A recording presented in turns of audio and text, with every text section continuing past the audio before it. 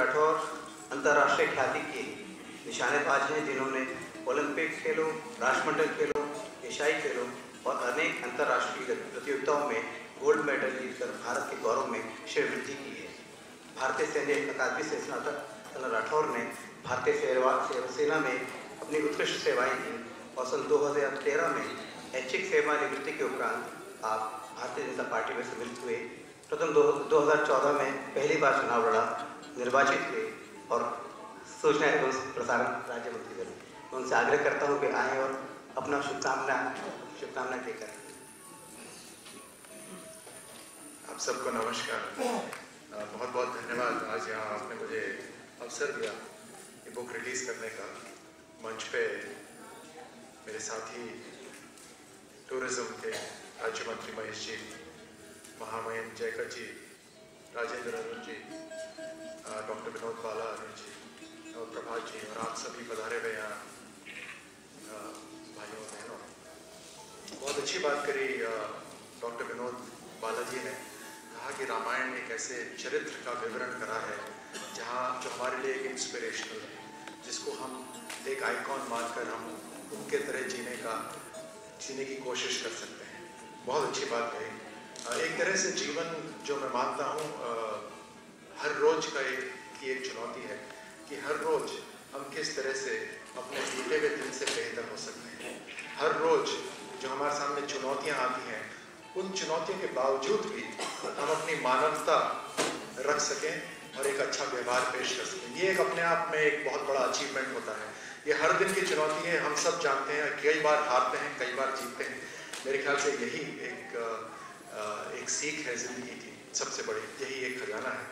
और ये आसानी से नहीं आता, बहुत परिश्रम करना पड़ता है, गुरुजनों से सीखना पड़ता है, अपने साथियों को ये अवसर देना पड़ता है कि आप खुल के क्रिटिक करिए हमारे को, और उस क्रिटिसिज्म को झेलने की एक क्षमता चाहिए होती है।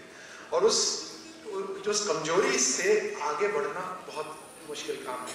अक्सर खेलों में भी हम देखते हैं कि जब कारण ढूंढने होते हैं हार के, तो बड़े आसानी से चारों तरफ कारण मिल जाते हैं, लेकिन सबसे कठिनाई से कारण मिलता है जब आप खुद के अंदर झांकते हैं।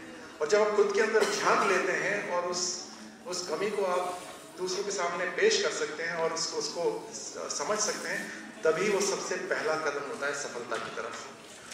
तो युवाओं के लिए तो खैर ये है ही एक बहुत बड़ी चुनौती, हम सभी के लिए है। और एक बार अवसर आया था युवाओं से ऐसी बात करने का मुझे, तो मैंने एक चंद लाइनें कही थी जो मैं आज जरूर कहना चाहूँगा। और क्यों कहना चाहूँगा आप बाद में समझ जाएंगे। क्योंकि ये चुनौती होती है, हर बार युवाओं के सामने होती है सबसे ज़्यादा।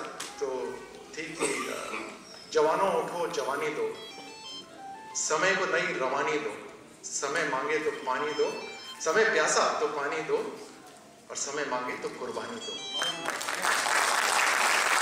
और ये कुर्बानी, मैंने युवाओं को कहा, ये कुर्बानी जान की नहीं है हर समय, ये कुर्बानी अपने समय की है। इस समय को किस तरह से आप सही दिशा में लगा सकते हैं। श्रीमती डॉक्टर बाला अरुण एवं यहाँ उपस्थित सम्माननीय अतिथिगण, आप सभी को मॉरिशस की माटी की ओर से सदा सप्रेम नमस्कार। ये हमारे लिए बड़े सम्मान और प्रसन्नता की बात है कि डॉक्टर राजेंद्र अरुण और श्रीमती अरुण के द्वारा लिखी पुस्तकों का विमोचन होने जा रहा है।